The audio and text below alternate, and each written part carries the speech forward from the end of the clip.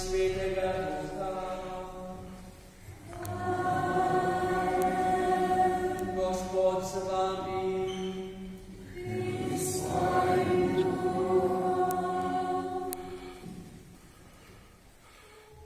Prav in lep pozdrav vsem, ki ste se odzvali našemu vabilu in smo sedaj skupaj zbrani okrog Gospodovega oltarja. Še posebej pozdravljam gospod Miro Živan.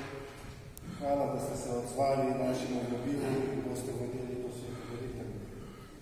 Lepo pozdravljamo tudi našega gospoda župnika in predsednika župniške Karitas Sravte gospoda Janeza Petriča, ki je razpolagal zadnje gospodinici, če to še želi praviti svetospoved.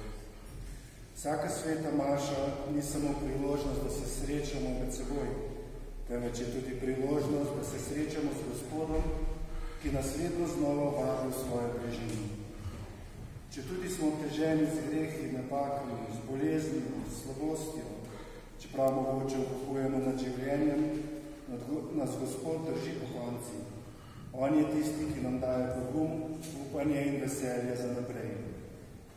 Tako upam, da je tudi današnje srečanje priložnost, da poglobimo svojo vero, svoje zaupanje in da se zavedamo, da je naše življenje dragoceno.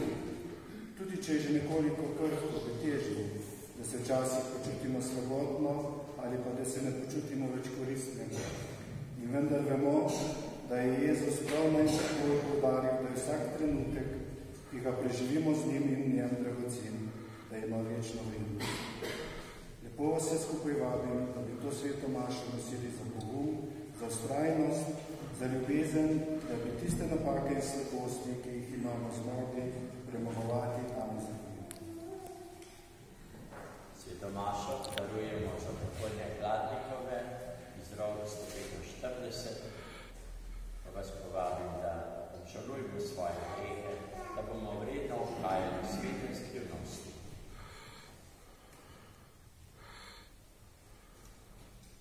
Vsemogočnemu Bogu.